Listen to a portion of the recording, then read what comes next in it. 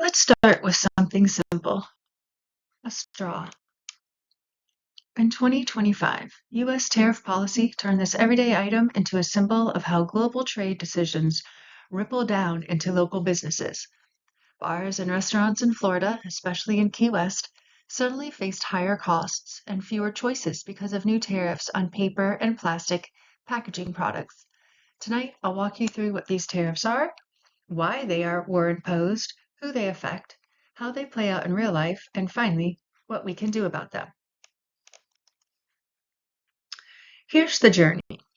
Straws begin as plastic resins from China or the Middle East, or paper pulp from Canada. They're manufactured abroad, shipped through Florida's ports, and finally land in our bars. So, what exactly are we paying? When those products arrive at U.S. Customs, the tariffs intervene. In March 2025, the U.S. imposed a 25% tariff on non-USMCA Canadian paper and plastic packaging. By August, that rate jumped to 35%. Chinese resins face about 20% tariff, and finished packaging products can reach 55% once duties are stacked. Middle Eastern feedstocks carry a 15% tariff, raising resin costs by 12 to 20%. For a bar buying thousands of straws a week, these percentages translate into real dollars and cents.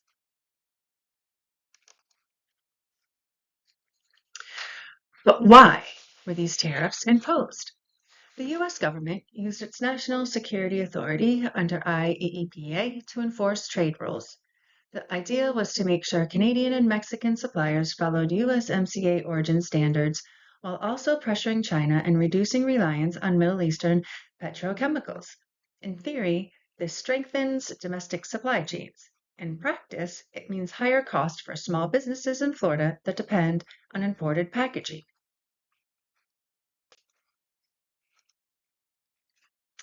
Who feels the impact? Bars and restaurants pay more for everyday supplies. Workers deal with substitutions and customer complaints. Consumers notice changes in quality or higher menu prices. Suppliers abroad lose competitiveness if they can't prove compliance. And the environment suffers when eco-friendly paper straws disappear, forcing a return to plastics. So the ripple effect touches owners, employees, customers, and even the very fragile ecosystem of the Keys.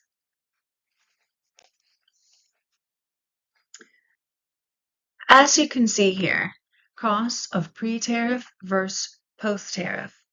Pre-tariff 18, post $24.30. China, pre 14, post $20.30. Middle East, pre $15, post $17.25. This is a huge difference. As you can see, this is a huge difference. How does this play out in real life, one might ask? Costs rise by 12 to 20% from resin tariffs alone and up to 35% more on finished goods. Supply routes shift as imports reroute or stall at ports. Some bars lose competitiveness because they can't buy in bulk or negotiate like big chains. And sustainability goals are undermined when affordable paper straws vanish. Every cent matters when you're serving hundreds of drinks a night, and tariffs squeeze margins that were already thin. So, what can we do about these tariffs? For business owners, the first step is to audit suppliers. If Canadian paper straws don't meet USMCA rules, they face a 35% tariff, but with proper certification, that tariff disappears. Bars can also pool purchases with neighbors to gain bulk discounts and reduce usage by offering straws only on request. For policymakers, the recommendation is relief and alignment. Small hospitality businesses need temporary tariff credits or rebates to offset costs, and exemptions for certified eco-friendly packaging that would prevent backsliding into cheap plastics. Streamlining origin paperwork could also help small distributors avoid accidental non-compliance. Why does this matter? Because tariffs rise costs at the border, and small bars don't have the same cushion big chains do. Every cent counts when you're serving hundreds of drinks a night. By adjusting sources, strategies, and aligning policy with sustainability, we can keep Florida's hospitality industry competitive and green.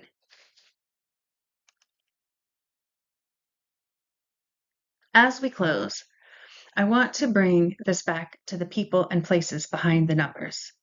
For small business owners in Key West, these tariffs aren't just abstract policy. They show up on the cost of every straw, every napkin, every to go cup. When margins are already razor thin, a 35% tariff can mean the difference between staying afloat or cutting staff hours, or going out of business altogether. And it's not just about economics. Our community has worked hard to move away from single use plastics and protect the fragile environment we depend on. Tariffs that make eco friendly options harder to afford risk undoing years of progress. That's why this issue matters so deeply. It touches livelihoods, sustainability, and the character of our local hospitality industry. The sources listed here, Sterling Plastics, Koala Gaines, and the Florida Restaurant Lodging Association, document the facts. But the lived reality is felt every night in bars and restaurants across the Keys. If we want Florida's hospitality sector to thrive while protecting our environment, both business owners and policymakers need to act with urgency and compassion. Thank you for listening, and thank you for caring about the people and the planet behind every drink I serve.